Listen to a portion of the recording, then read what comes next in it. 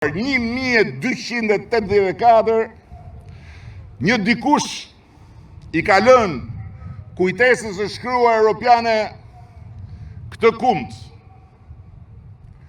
Dëgjova një zë gjëmues mbi male në gjuhën arbrore. Audivi unam vocem clamantem in monte in lingua albanesca.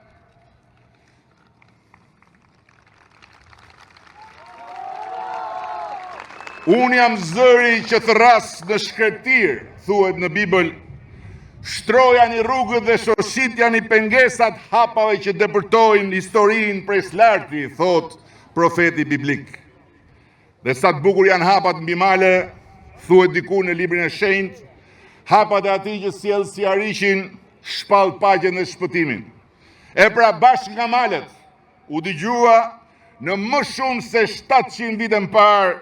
zëri gjëmues i arbrorëve mbi shtrojën e kaltër të Adriatikut dhe të Mesdheut, duke i shpallur Europës se ata ishin pema e lashtë e kopshtit saj dhe filizi gjithmonë i njom mes kombeve të saj të plakura.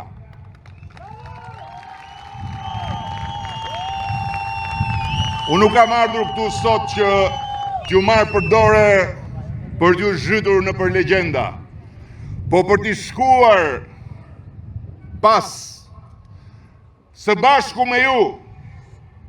në një marshim të fundit drejt tokës premtuar të Europës, profetit ton kombëtar, për t'u bërë një me fatin europian që ai atje mbi kal na e përcaktoi si tonin, që më pas rilindasit tan, heronjt e pavarësisë dhe të gjitha luftrave të mendimit patriotik shqiptar, na e konfirmuan si amanet përmes një odiseje të pafundme, peripecish, kaplimi malesh e detrash. Dhe sot na ka zgjedhur ne fati për t'i dhënë shtysën e fundit gurit pavarësisë, lirisë, të barazisë para ligjit, duke mos e lënë më të rregulliset të poshtë si guri i Sizifit, por duke vendosur një herë mirë në këndin e ndërtesës europiane. Aty ku së bashku do të ngjisim edhe flamurin më të bukur në botë.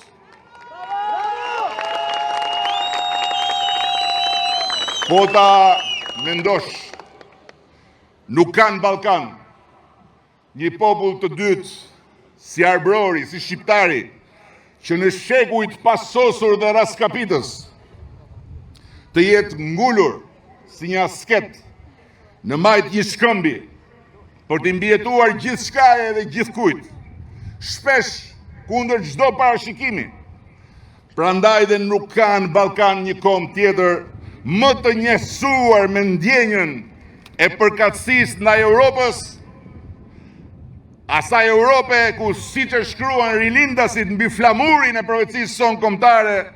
dielli lind andej nga perëndon se sa ky kombë, se sa ky popull. Duke ju dhënë e tëra pikërisht asaj Europe, dhe duke u ndjerë saja në të gjithë tërsinë e vetë, paqka se në sa shumë e shumë kora Europa nuk e ndjehu të sajën, Arbëria, Shqipëria ka mundur të fsheh brenda vetes në shekuj thelbin e vetë perëndimor, ta ruaj atë përgjatë çdo persekutimi apo prapakthimi ose arratisje drejt lindjes, ta nxjerrë atë gjallë nga izolimi më i egër që ka njohur bota komuniste dhe ta kthej atë në fuqinë më të pandalshme të ribashkimit vetë me Europën, si fillimi individualisht, kur shqiptarët i hynë detit të dëmë, dhe përmes tyre ne u frymëzuam dhe pam që njësoj si çdo njëri prej tyre, edhe Shqipëria jonë mund t'ja dalë kombëtarisht përmes shtetbërjes sonë europiane. Rast unikal, madje irracional në histori dhe në mozaikun komplet të çakërdisur të gjeopolitikës ballkanike. Populli shqiptar ka dhënë pa kursyer për të bërë Europën. Edhe atëherë kur vetë Europa qëlloi të ishte e mbytur nga mosbesimi. Populli cilësuar si indiferent, mosbesues, madje shpërfillës ndaj çdo besimi. Me smira sërmundime shqiptarët mësuan të besonin në një thellësi të madhe, sepse mësuan të shpresonin përkundrejt çdo humbje të shpresës. Dhe është ai zëri gjëmues mbi malet, e para klithme ekzistenciale për dëshmuar arbërorin me trup dhe me shpirt në mes të Europës, i cili në shekullin vijues, në 2 raste, jehon në kronikat e kohëve shumë të vjetra,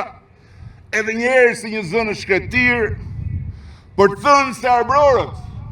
në mes betejave të mëdha mes Perëndimit dhe lindjes, ishin populli i vetëm autokton, mbi të cilin paraardhësit e Europës sotme mund të mbështeteshin për të ngadhnyer pa u zhgënjur. Më 1308 dhe më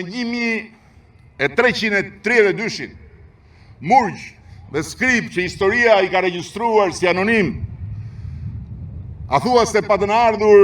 në jetë vetëm për t'i bërë jahon mrekullisë arbërore në mes të pezmit ballkanik, me një entuziazëm të pashoq, shkruajnë se ky popull me zi shpret të solidarizohet me perëndimorët, të bëhet pjesë e betejave dhe idealit tyre, kur do herë që i shtrihet dora e besimit dhe vllazërimit. Dhe po me atë zë gjëmues në male, për të 4-ën herë, profeti ynë, Gjergji, i bën qartë në shekullin e 15 dhe asaj Europe të ngasur në prapakthime, në vetmohime fajtore dhe në lëshime, se çmimin për të qenë pjesë e familjes së cilës i përket, arbërori e cakton vetë. Jo si një i përkdhelur i fatit, as si një mercenar, por si një rob i virtytit dhe si një fanatik i vendosur të jetë gur i rënë në vendin e vet.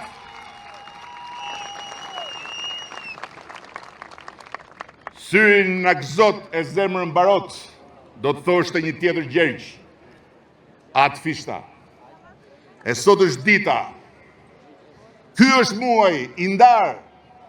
me prilli dhe majt. Kjo është dekada e ardhjes së fatit europian të Shqipërisë, mu në dorën tonë. Kur si asnjëherë më parë,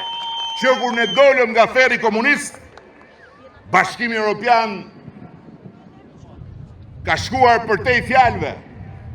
ka shkuar përtej premtimeve dhe ka hapur portën e madhe, duke na dhënë një afat për të mbyllur negociatat dhe për të nënshkruar marrëveshjen e hyrjes son në atë shtëpi të ndërruar 2027.